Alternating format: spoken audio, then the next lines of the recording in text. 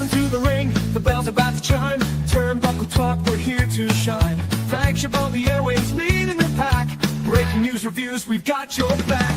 From the squared circle to the backstage news, we bring stories that you can't refuse. Turnbuckle Talk, the voice of the fight. Every slam, every suplex, every highlight.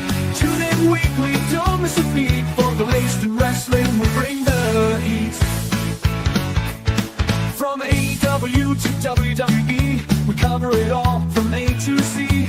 Interviews, insights, and match reviews. If it's wrestling news, we've got the clues.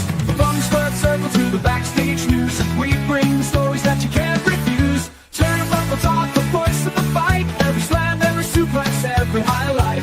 Tune in weekly, don't miss a beat. For the latest in wrestling, we bring the heat.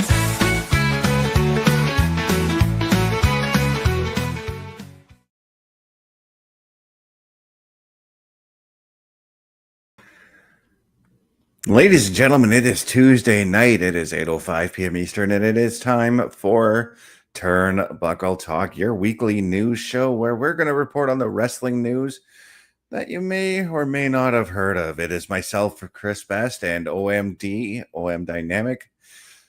How are we doing on this frozen Sault Ste. Marie day? Oh, still trying to get warm up after today, and I was inside all day. Other than that, I'm doing all right. A little bit tired because last night was a bit rough, but c'est la vie. Yeah, and let's just get right into it because there's a news story that I really want to get into right off the bat here. We've got a possible biopic series coming up. That's right. Yeah, that's right. Paul Walter Hauser has said he has signed on to play Mick Foley in a limited series based on Mick Foley's life. According to postwrestling.com, the worlds of on-screen acting and professional wrestling are set to merge for one Mr. Hauser himself. The award-winning actor said in a recent interview that he is expected to portray Hall of Famer, hardcore icon, he is good, Mick Foley, in a limited biopic series. What do you make of this? I'm intrigued with this myself. I am as well. I'm not familiar with a ton of Paul Walter Hauser's work, but I do know that, he is I believe it's a Golden Globe that he has won. Mm-hmm. And he has used that in the ring. He is one of those guys that has gone from acting to wrestling as opposed to the other way around. Just doing it better than other names like David Arquette. But I find this intriguing because we know that Mick Foley was always a WWE guy. Paul Walter Hauser, more famously Ring of Honor and AEW. But I am intrigued to see where this goes and how long this is going to take before it's in production or coming out. Yeah, he's stated here that he can break the news. He hasn't said it yet, but he is attached to play Mick Foley. This was an interview with the Stunner that he had done. We haven't gone out to market with yet, but he is attached and it is happening. He was approached about a year or so ago to do the role, but nothing was set in stone at that point. Now he can officially come out and say it is set in stone. I'm intrigued because, look at how long you and I and Carl and basically everybody here at Turnbuckle Studios has followed the career of Mick Foley. Right? I mean, we're looking at, I'm going to go all the way back till the late 80s with Foley, especially when he was working in the WWF at that point as an enhancement talent. And then going over to WCW to team with Kevin Sullivan and Vader.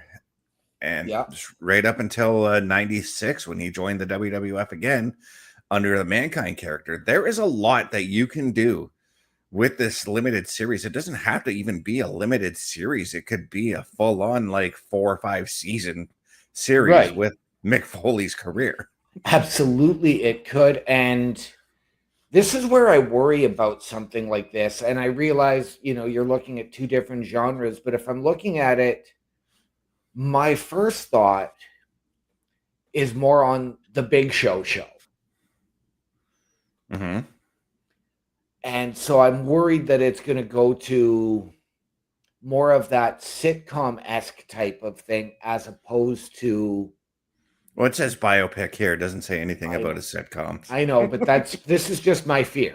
Yeah. That's where it's going to go. I know that the Big Show was plugged as a comedy, but it came out as both detailing Paul White's many returns to the WWE after his unofficial retirement, so to speak.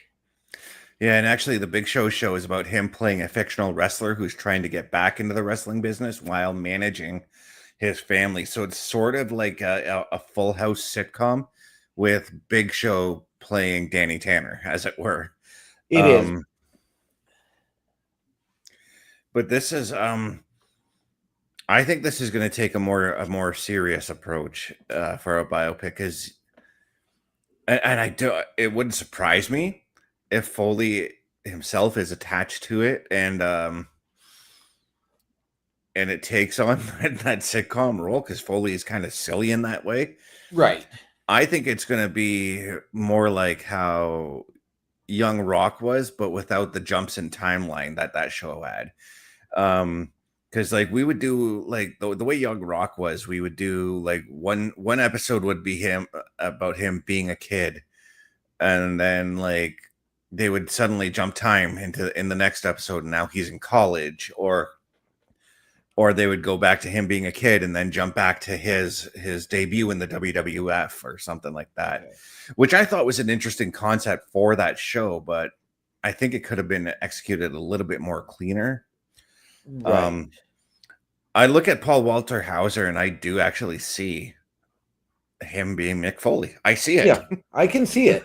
Now, I've never watched Young Rock because we all know where I stand on that. I'm not going to get into that and create a debate here.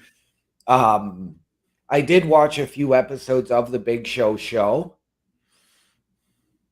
and he's still playing himself as the Big Show, not trying to go back. He's getting the calls to come back, make that return for certain events and special appearances. But yes, it drives his family nuts. Yes, he has stated in the first episode that he wants to make a comeback. And you do get guest appearances. Like you've got Mick Foley, Mark Henry, Rikishi, and somebody else coming out trying to do Backstreet Boys. Yeah, and now see, the one thing I'm wondering with this show is, like, obviously with Mick Foley, you have to have somebody who plays Kevin Sullivan if they're going to look at his WCW run. Right. There has to be somebody that plays The Undertaker. Yeah. There has to be somebody, like, I'm thinking of all the there has to be somebody who plays Paul Bearer. There has to be somebody who plays Vader, because there's a lot of people that were big in Foley's career. Triple H, somebody's got to come in and play him as well. Yeah. I'm going to be paying close attention to the casting here. There's got to be somebody who plays his wife Colette as well. I wouldn't be surprised if they do an episode where they talk about how Foley met Colette. And there's a lot of there's a lot of references that they can use, especially with Foley's books, especially. So this is where I'm wondering with this limited series. This is where I'm wondering which book is it going to be based on, because Have a Nice Day was a pretty long book, as was Foley is Good. The Hardcore Diaries was a little bit of a shorter book. Yep. But I'm very curious as to, you know what? I would even do a scene where we see Foley going to the cage match between Superfly Jimmy Snuka and Don Morocco. Yeah. So you would have to have somebody else play a younger Foley in that scene, because I don't think Paul Walter Hauser could do that. No. And So yeah, you're right. It's very interesting to see where they're going to go. How long this limited edition series is coming out, or this mini series. We don't even know the proper title. We don't know when it's slated to come out, or when I it's would even slated to begin filming. I would literally call it "Have a Nice Day." Foley's phrase, right? Yeah. See, and I would have called it Foley is good. Yeah. But this is the only information we have on the series right now. Paul Walter Hauser is tied to it. It could be some time, because right now the casting process for TV shows, that's what takes the longest usually. If they're already beginning to cast, they probably already have a script written. They probably already have a synopsis ready to go. It's Right. the casting and the hiring of the crew that right now they more than likely would be working on. Yeah. But let's move away from Mr. Hauser here, because there's a lot more that could be said about this, and there's going to be a lot more that will be said about it as the days and the months roll on. But let's talk about a wrestler that many may not have heard of since he departed the WWE back in 2001, 2002-ish. One of my favorite Japanese wrestlers, one of the guys who got me into it, is making his return to American soil after 7 years. That's right. TAKA Michinoku is making his return, and he's going to be taking on Kevin Wu at a particular event. I can't recall the name of it. Just give me 2 seconds. I'm going to pull it up here. Yeah, he's going to be taking on Kevin Wu at Black Label Pro. Set to take place next month. He's going to be taking on the champion, Kevin Wu, and it will be a championship match at the Squared Circle Expo 4 on March 27th. Now, the last time TAKA Michinoku was in the U.S. was in 2019, and he took on Orange Cassidy. That was at Joey Janela's Spring Break 3. What do you make of this move, OMD? Again, I'm not big on this. I don't know anything about this. Kevin Wu. Oh, Kevin Koo. You're right. Yes. I misread the K. That's okay. And TAKA, for me, really, like, because I'm not as big a fan of Japanese wrestling, and that's not a knock against Japanese wrestling by any stretch. I just haven't paid enough attention. So for me, TAKA Michinoku has really fallen off. The last time I remember seeing him was a WrestleMania weekend, and it was a weekend that Ring of Honor and New Japan had Madison Square Garden booked in what was a phenomenal show. Mm-hmm. And the Ring of Honor commentators, because TAKA showed up in a managerial role that night, were shocked, because after everything that had happened with the WWE, he had refused to return and wrestle in America. So for me, it's intriguing for the fact that you're getting this Japanese legend returning, but because I haven't seen enough of what he has done in the past 25 years. He can still go. Or know anything about Kevin Wu. This is not something that I'm particularly huge on. It'd be interesting to check out the match when it happens. Yeah, TAKA Michinoku, I can tell you, can still go. He still wrestles just like he did when he was the light heavyweight champion in the WWF. Wow. Dude can still, and I don't know what they're doing with the Japanese wrestlers over there, but a lot of those older wrestlers can still go. I mean, look at Jushin Liger when he was on his retirement tour. That match with Tyler Breeze, still one of the best matches ever. Yep.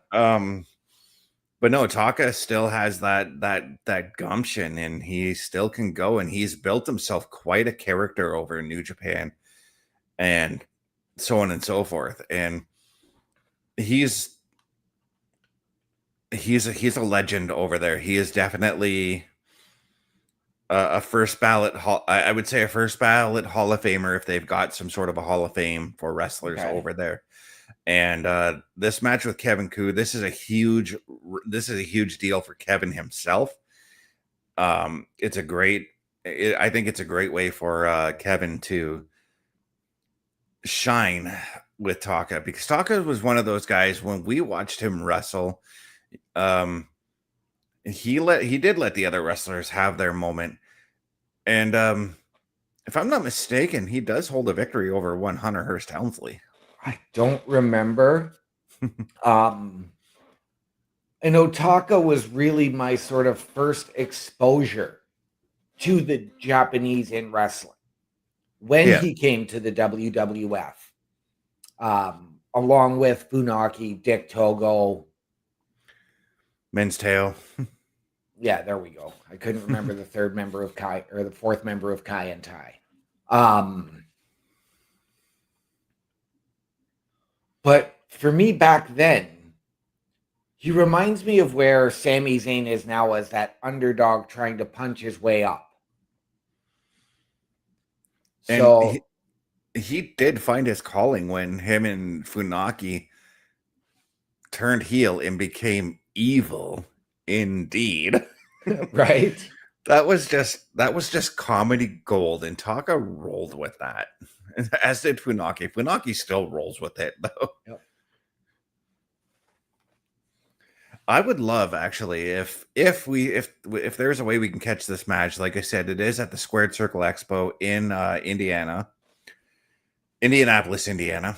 I would love it if when he comes out with Funaki as his manager or something like that. That would be fantastic.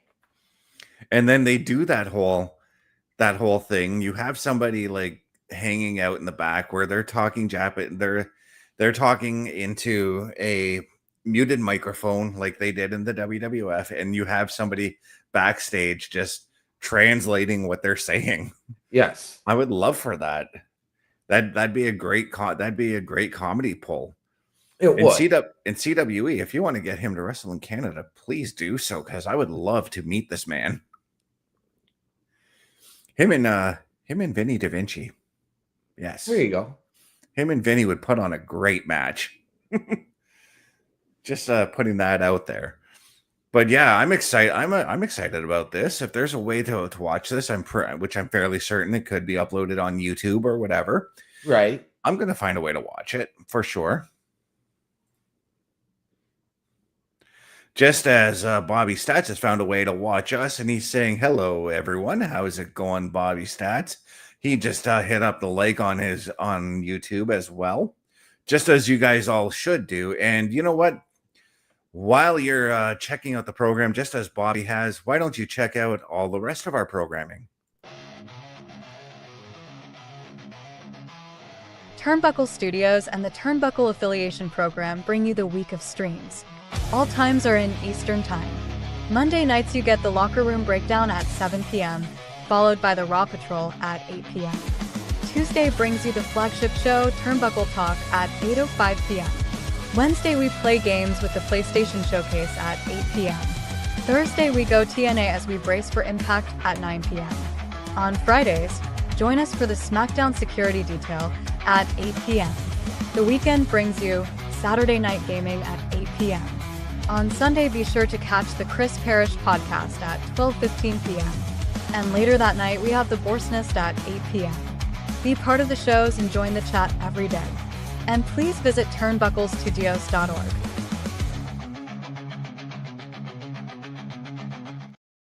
And there you have it, ladies and gentlemen. That is all of our weekly programming. There is something for you each and every night of the week.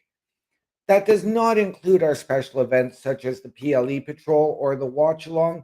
If you would like to meet the team and the hosts of the shows, head on over to turnbucklestudios.org/hosts. Click on the links. Mr. Best, myself, Bubba Duke, Chris Parrish, Carl Carafel. Get all of our socials and watch our latest weekly live episodic shows. All at turnbucklestudios.org. your home for the Turnbuckle Affiliation Program. And let's move on to the next story. This is something that doesn't necessarily surprise me, but because I don't know why I always peg this man to be this type of person outside the ring, but Goldberg has signed on to become a CEO of a company by the name of Patriot Tactical. It's a tactical brand that focuses on strength, preparedness, and purpose. They are known for selling a vast amount of tactical gear with elite grade tactical knives, tools, personal defense tools, all designed with real world performance in mind, as it says here. They also do training, all that kind of stuff here. So it's more or less like they say tactical, like tactical vests, tactical weaponry. Goldberg has become the CEO of that. For some reason, I don't know why this doesn't surprise me, because I always imagine that Goldberg has a weapons collection at home for hunting or something like that. Right. And see, I've never looked at Goldberg in that aspect because we saw it with Steve Austin, where he's got the Broken Skull Ranch. He is that avid hunter, that avid outdoorsman. Goldberg, of course, has Goldberg's Gym, Goldberg's Garage. So I always expected him to focus. Now, for me personally, to name him CEO, I really don't know. I'm wondering if it's a CEO title only, and he's there to be the sort of the face of the company and let the board run everything behind the scenes. He says right here, this is not about me putting my name on a brand. It's about working with the company. So he's actually going to be doing something. I mean, Goldberg does have the business acumen. He's run gyms. He's run a garage, as you had said. So he's just applying his trade to another field. He's more or less expanding himself, not the brand Goldberg, but himself. Right. And this is not a bad move, really. I mean, if this is something that he's been interested in, as I stated, I imagine that he is that out of the business world, out of the ring. He's more, he to me, he does look like one of those guys that would, grab a tent, grab a four-wheeler, and grab a couple guns and go camping for the weekend and hunt, Right. Or go out to a log cabin and do that.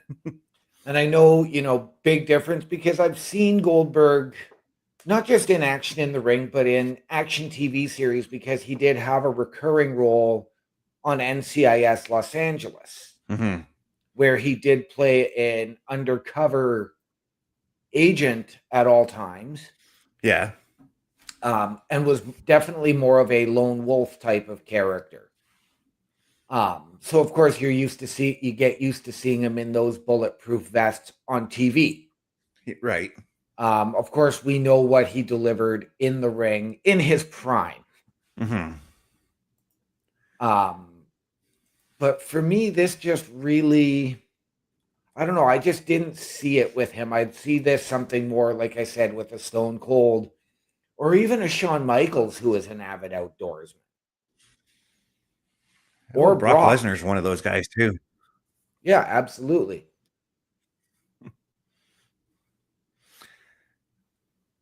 But yeah, see it, and I, on the other hand, did see that. I look at where he's from, and he's from Atlanta, and to be fair, there's a lot of people from Atlanta that I know of that are into that outdoorsy kind of stuff and that tactical gear.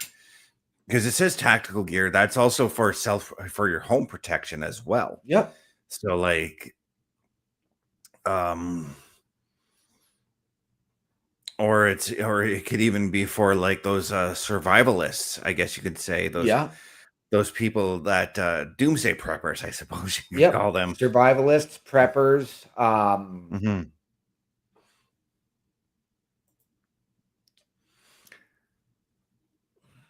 Yeah, this is an interesting step for Goldberg. As I said, he does have that business acumen.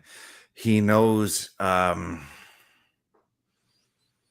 to market these things. He knows how that's where I'm going to have to assume he knows like how to reach these the people out there. He knows he'll know how to get to the proper get things sold on the proper channel that is not supposed to be uploaded. But good on Goldberg for doing this, for taking this initiative and, expanding. Like I said, he's not expanding his brand, he's expanding himself. He's diving into other avenues and exploring other opportunities that are out there for him to do. And good on Goldberg for doing that. And yeah, all the more to him. And well, I guess since we have spoiled it, let's move on to the next story. And this is actually a story that I forgot that we were going to do. We've got to talk Bronson Reed and what had happened with him last night, because we did get an update after the show. Yeah. OMD, you were the one who found the update here. We know that last night he was injured in the triple threat match, and the match had to be quickly brought to an end. We saw Bronson Reed go out to the ring, or get knocked out of the ring. We saw him laying there. We saw the trainers go up to him, and we on the Raw Patrol were like, something is up. Yeah, we were. And unfortunately, I forgot the type of injury. I know it's, here it is. It was called,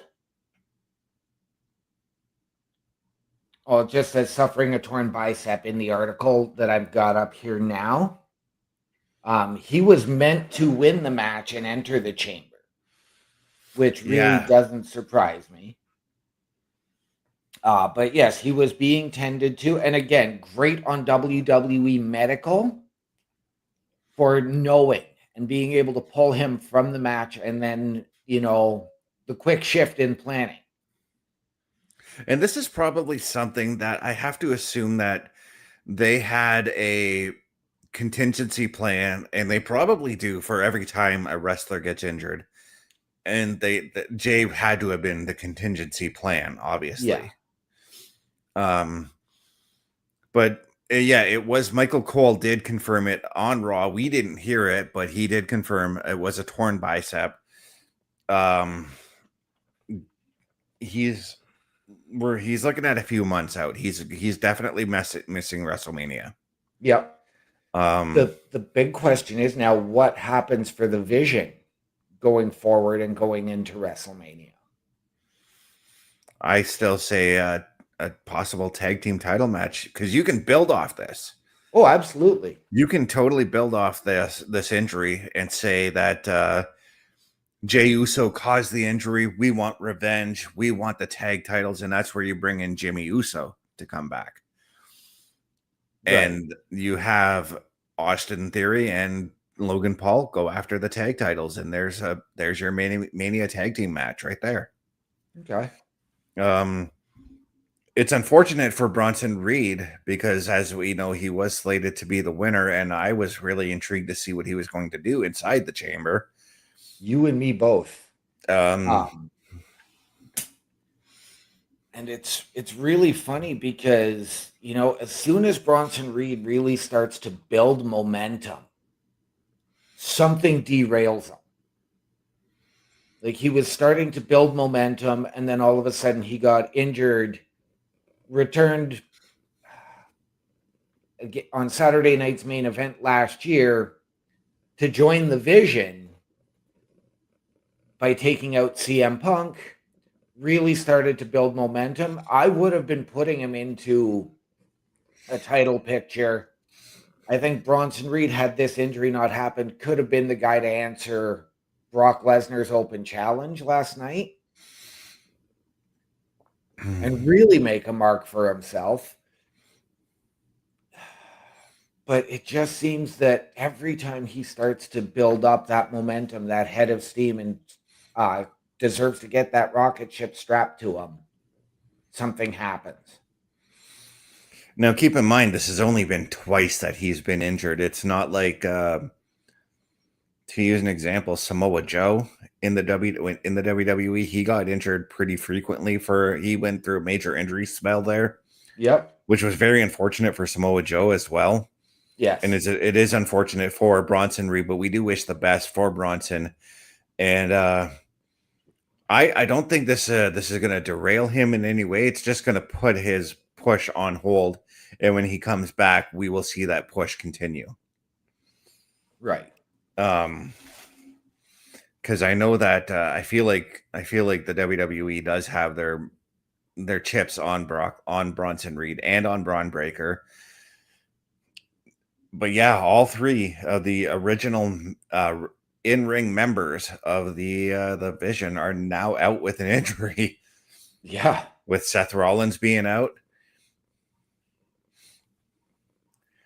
Hey, Chris Bear's coming in say I would have had LA Knight get help from Rollins or the Masked Man to eliminate him in the chamber to make Knight versus Reed at Mania. That would have been a great match as well. Yeah. And we got Gnarly coming in and saying, "Hey mates, just stopping by. Have a good stream. Cheers. Glad to have you guys all here on the show." But yeah, I kind of like the LA Knight and Bronson Reed thing because that gives a path for LA Knight as well to WrestleMania. Yeah. But now that's all up in the air right now. But all the best to Bronson Reed on this on his road to recovery, because that's all you can do right now after injury is recover. Yep. And we'll find out more on how long he's due to be out in the coming time. But I think it is time for another commercial break.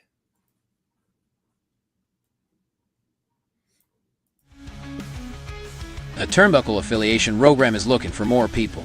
If you have passion level for pro wrestling, sports, videos games, or something else, then Turnbuckle Studios is the place to be. If you have ever wanted to pursue content creation and want to join our team, then we would love to have you. Check out turnbucklestudios.org or contact us by email today because your future is now, and we want you to tap in.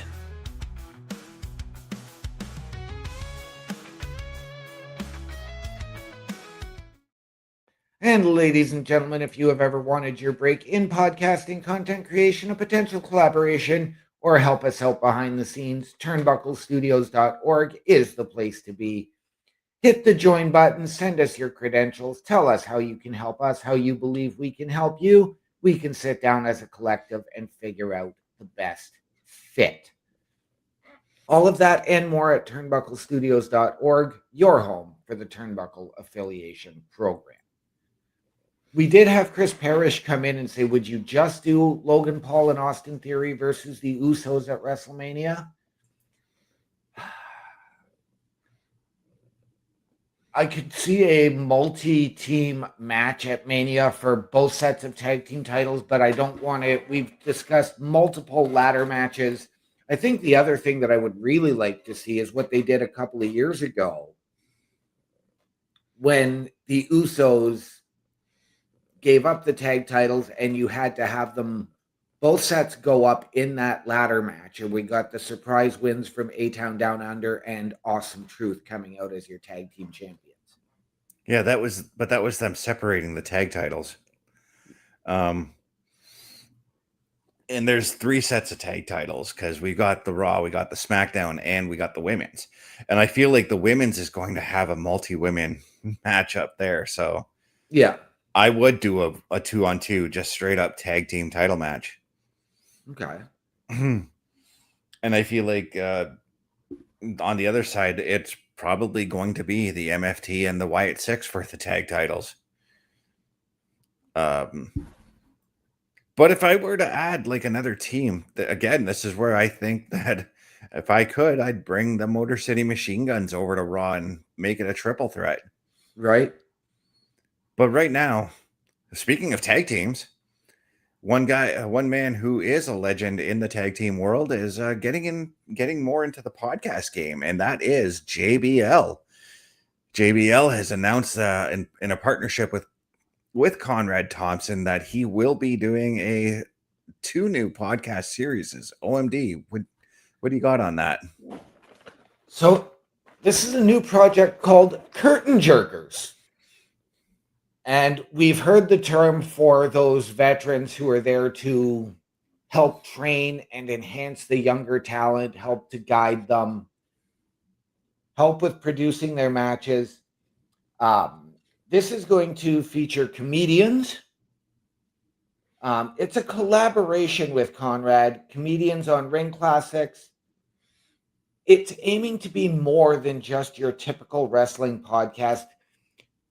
Think of it as something more of a late show type of thing with man on the street. So those external interviews with just random people, potentially random fans. Since they go to the conventions all the time and all the old legends, they have the man on the street to talk to wrestling fans, talk to the legends. There's going to be some AI involved.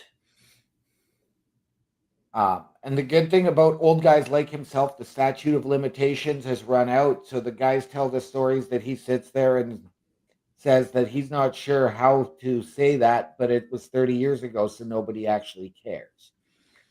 Now, we know that he's had a podcast with Gerald Briscoe as well, which was Tales from the Road. Mm-hmm.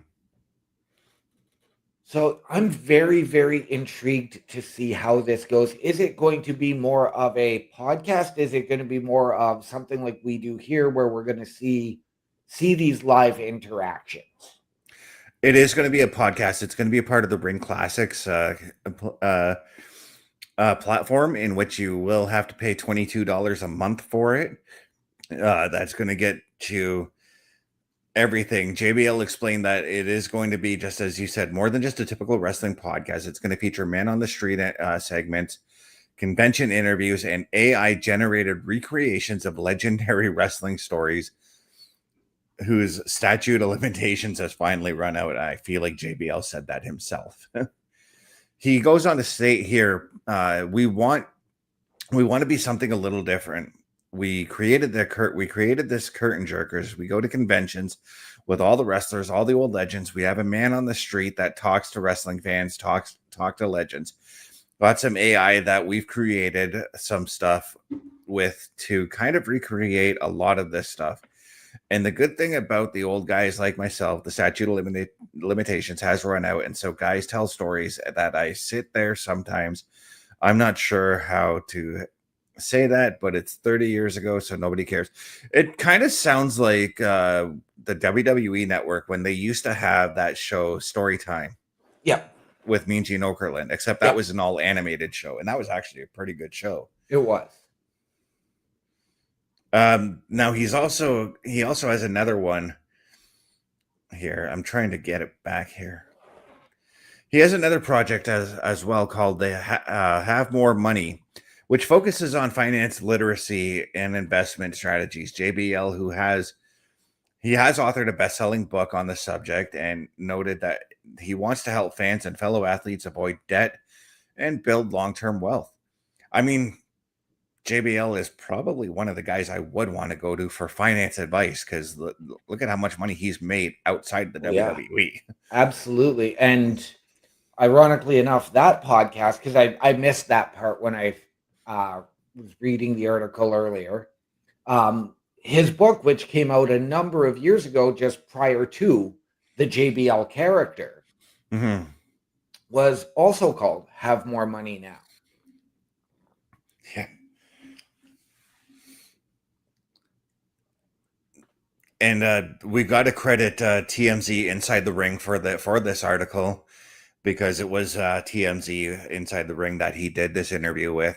I'm intrigued. I'm actually intrigued about the money side of things, because I'm a guy who has trouble with money. So I would like to pick up some tips from him on that one. This is both these things are right up JBL's alley. JBL, when you see him talking to a legend, you can just tell that he's having fun. Yep.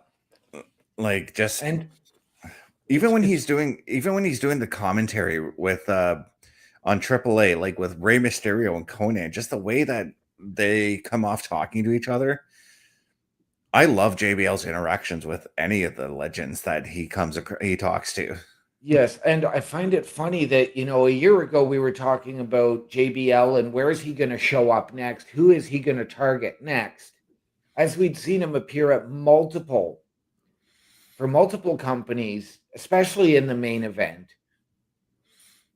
And then all of a sudden that just sort of faded into nothing. But I mean, let's not forget, not only was he a successful wrestler, as you've touched on, look at the money he's made. Layfield Energy.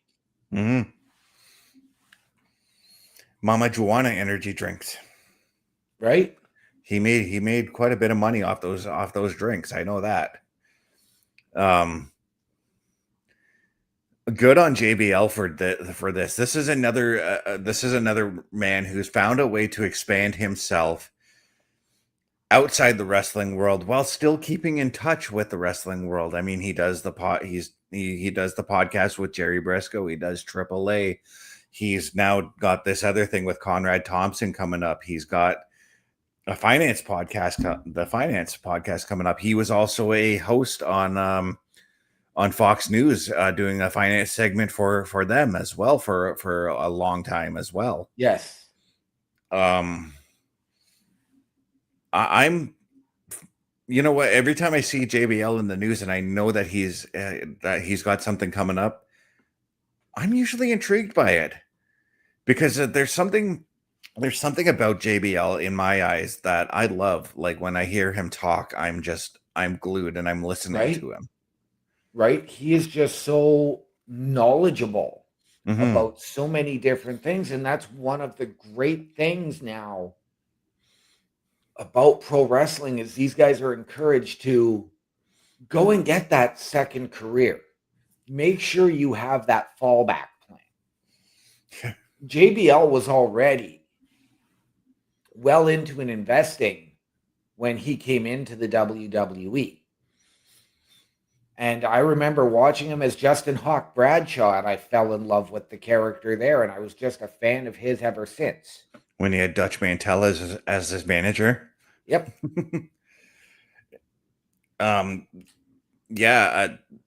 Geez, we're looking at that. That was 31 years ago, by the way, 1995 when he made his debut. Wow. I remember that very well. And I wasn't completely sold on him because I thought he looked like, oh my God, who am I thinking? The Stalker. Barry Windham? Yeah, I thought it was Barry Windham coming back as the Widowmaker. Okay, at first. I know when I first saw him, my first immediate thought went to the Berserker. Oh, really? Yep. And then I saw the cowbell, and I'm like, and then I saw Dutch Mantell, who was working as Uncle Zebekiah at the time. I'm like, okay, I can get behind this. This works. Yep. And I gotta praise JBL on this one too, because when Zeb Coulter made his return, or Uncle Zebekiah, Dutch Mantell, when he made his return as Jack Swagger's manager, it was JBL's call that made me so excited to see that Zeb Coulter, Dutch Mantell was back on our screen, because I love Dutch Mantell. I do. Right. Right. But JBL is also one of the reasons why I enjoy AAA wrestling on Saturday nights as well, because again, we talk about how knowledgeable he is, and it just amazes me how knowledgeable he is about the AAA scene. Now, granted, I know he grew up in Texas, and AAA is huge in Texas as well. Yes.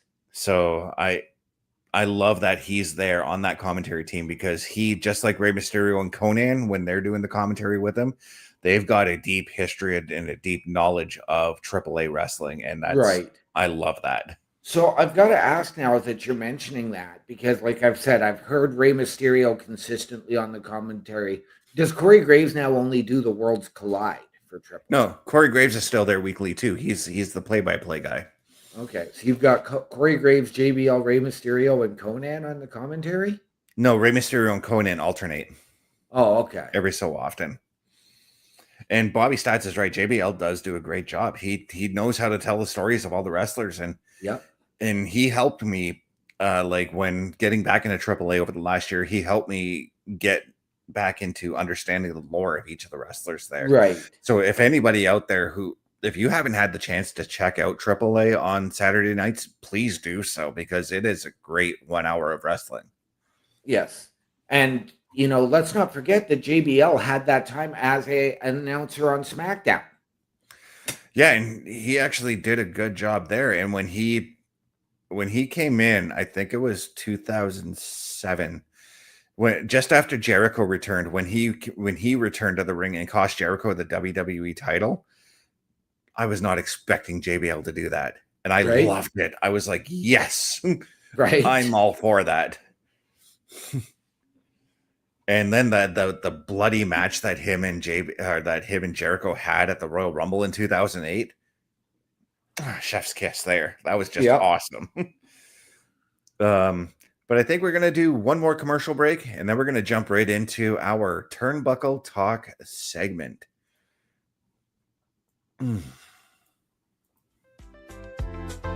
Turnbuckle Studios store is open for you 24 hours a day, 7 days a week.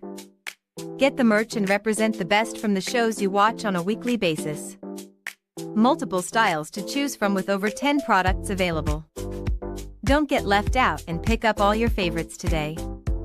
Find us at turnbucklestudios.org. And ladies and gentlemen, turnbucklestudios.org is your home for the Turnbuckle Affiliation Program. Please head on over to our shop, support your favorite shows and your favorite podcasters. Wear what we wear. All of the proceeds come back into our studios to bring you a better experience. Once again, ladies and gentlemen, turnbucklestudios.org, your home for the Turnbuckle Affiliation Program. Yeah, and tonight's showstopper segment, as you see the title of the episode, Chicago Blocked. The city of Chicago, at least within a 50-mile radius of the I'm forgetting the name of the United Center. WWE is blocking any businesses who plan to show Elimination Chamber this Saturday. They're planning to block those companies from doing so. This isn't the first time WWE has done this. This isn't the first time WWE has done this in Chicago either. But according to a report from Fightful Select, the promotion has implemented a strict blackout rule for the upcoming PLE in Chicago. The decision is part of an effort to drive ticket sales for the event at the United Center. It says Elimination Chamber watch parties in the Chicago area are also being blocked due to WWE's new blackout rules in effect to increase ticket sales. And this is based off because they're doing the same thing for WrestleMania. They did it last year. They're doing it again this year. But again, as I stated, this is not the first time that they did this in the city of Chicago. WrestleMania 22, they did the same thing. Anybody within a 50-mile radius of the Allstate Arena in Chicago could not watch the event, and they were not allowing other companies to do events within that radius. Right. See, in this article, I'm seeing the 50-mile radius for Las Vegas. As Carl and I discussed here a couple of weeks ago when you were away, it didn't say anything in this article about a 50-mile radius in Chicago. Well, I am assuming that it's also going to be that same number. Now, this move has caused frustration among many of the local businesses who do rely on this kind of money for these major events, and I get it. I totally get it. I do too. But you know what? WWE TKO, if you want to drive up ticket sales, lower the prices. Simple as that. But that's still this does bug me because I'm all for local businesses and I'm all for local businesses thriving. Yeah. And when these major events come in like this doesn't look good on the WWE Because like let's say there's a family that can't afford to get the tickets, but they can go to a local restaurant to watch the event. But then through that event, they decide, okay, why don't we bank some money to go to the next event in Chicago? Yeah.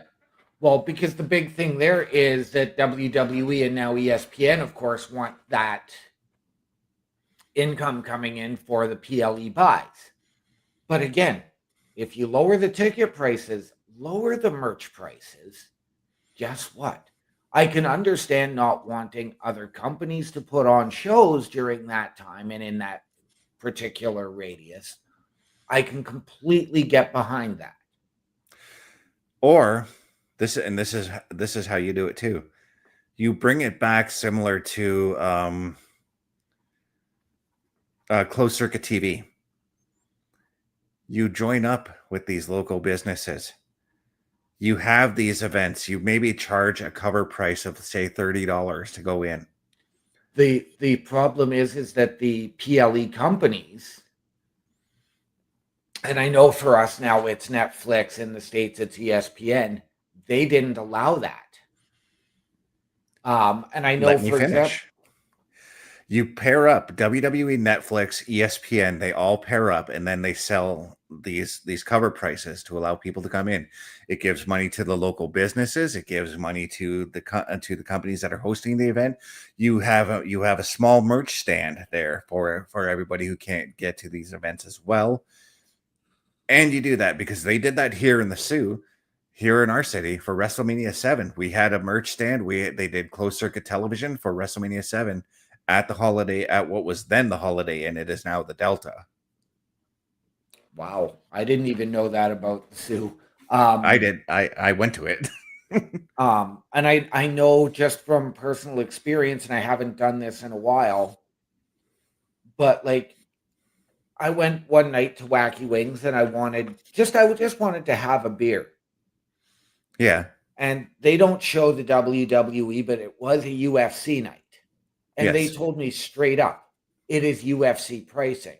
They're not allowed to charge a cover, but they added an extra $1 or $2 to the beer,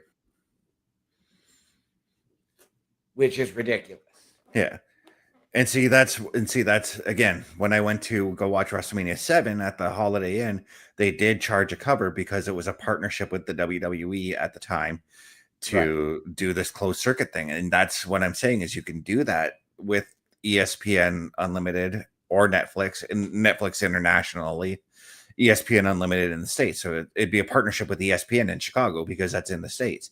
Yep. You can do the same thing on an international level. Like we've got Clash in Italy coming up. You can do that with Netflix there. And you split the cost, we'll say 3 ways: Netflix, WWE, and whichever company that you're doing it with. Yep. And I say $30, but maybe there's a scale price that you can set it up. Like if you're going to buy an individual ticket or like a family ticket, we'll say, Yeah, absolutely.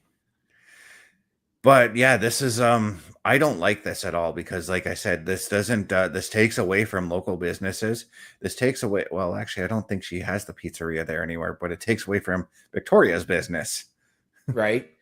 Well, and you look at that, but as well, it's one of those things that for WWE, not only does it reflect negatively in the city, it's going to cause a decline in viewership unless you are an absolute diehard like you or I. Mm-hmm. And like I said, this is also like doing these kinds of events, because you and I used to go to the bar all the time and watch WWE events. Those were awesome outings, by the way. Yeah. It didn't matter if the pay-per-views sucked. Right. It was just all of us there, and there were like 20 of us because we always took that long table. This was just us going out, hanging out with friends, watching the pay-per-view, and that's the thing that I want to see. Outside of that radius, I know that there are businesses that are going to be like, let's capitalize and let's do this, because there are going to be people on the outskirts of Chicago that are going to be like, maybe we can't get to the United Center, let's go to this place and watch the event there. Well, and I mean, let's take a look at, you've got the United Center, you've got the Allstate Arena.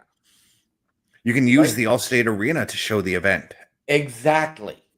Look at what they do with, they had watch parties at the stadiums. I believe the Gardens here had a watch party for the gold medal game the other morning. Yeah. To use an example for that as well, Jimmy Corderas in his book, he talks about one of the first jobs he had, which was around WrestleMania 3. And that was he had a job at Maple Leaf Gardens where they were showing WrestleMania 3 on closed circuit TV there. They were charging a cover price. They had merch stands and everything like that. And he was in charge I believe he said he was in charge of doing the merch stands. Yep. You can do that. Set up a merch stand at the Allstate Arena and charge a cheaper cover price than you would for going to the pay-per-view, maybe around $50, we'll say. Yeah. And you go in and boom, you've got it. You've got the event. You watch it on the big screens or whatever. Because that's what it was all about for me. Like when we used to go to the Blue Liners to watch the pay-per-views. Yep. It was more about the camaraderie. It was more about being out with friends and enjoying the show. Absolutely. Even though we did have some crap shows. I mean, the first one I went to with you guys, I don't remember if you were with us, but Unforgiven 99. That was kind of a bad show, but yeah, I was probably there. Yeah. But yeah, this was I don't like this at all for this. And this is something that I feel like if AEW ever goes back to Chicago, they're probably going to be like, yeah, let them do it. Local businesses. Absolutely. And now when they did this for WrestleMania, for WrestleMania 22, there was a lot of backlash and the WWE did have to back out on that. So I'm wondering if we're only a few days away.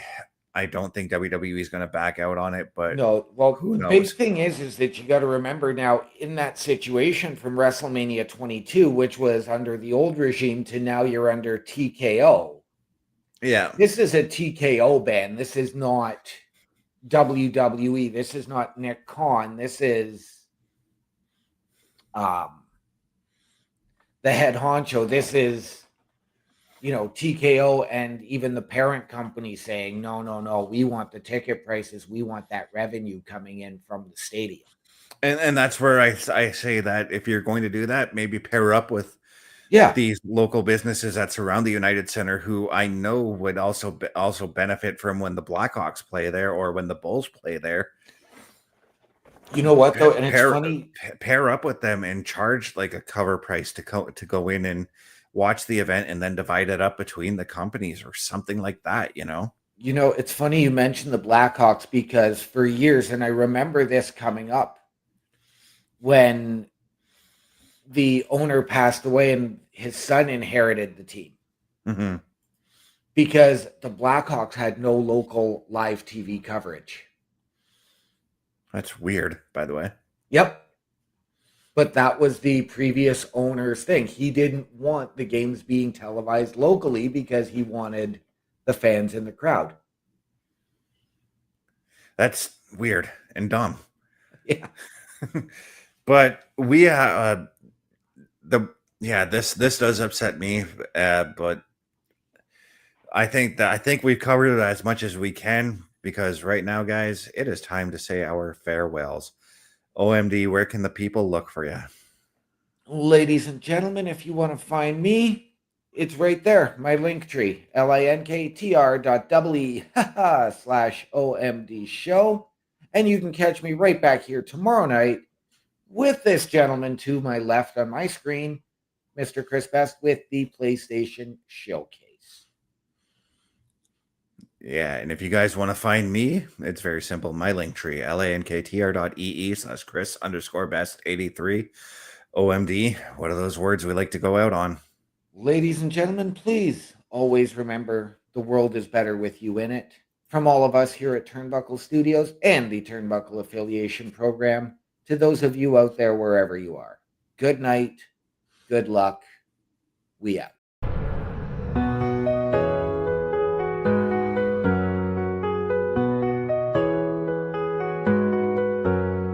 Flagship show setting the tone. In the world of wrestling, we stand alone. With news and reviews, we lead the way. Turnbuckle Talk every day.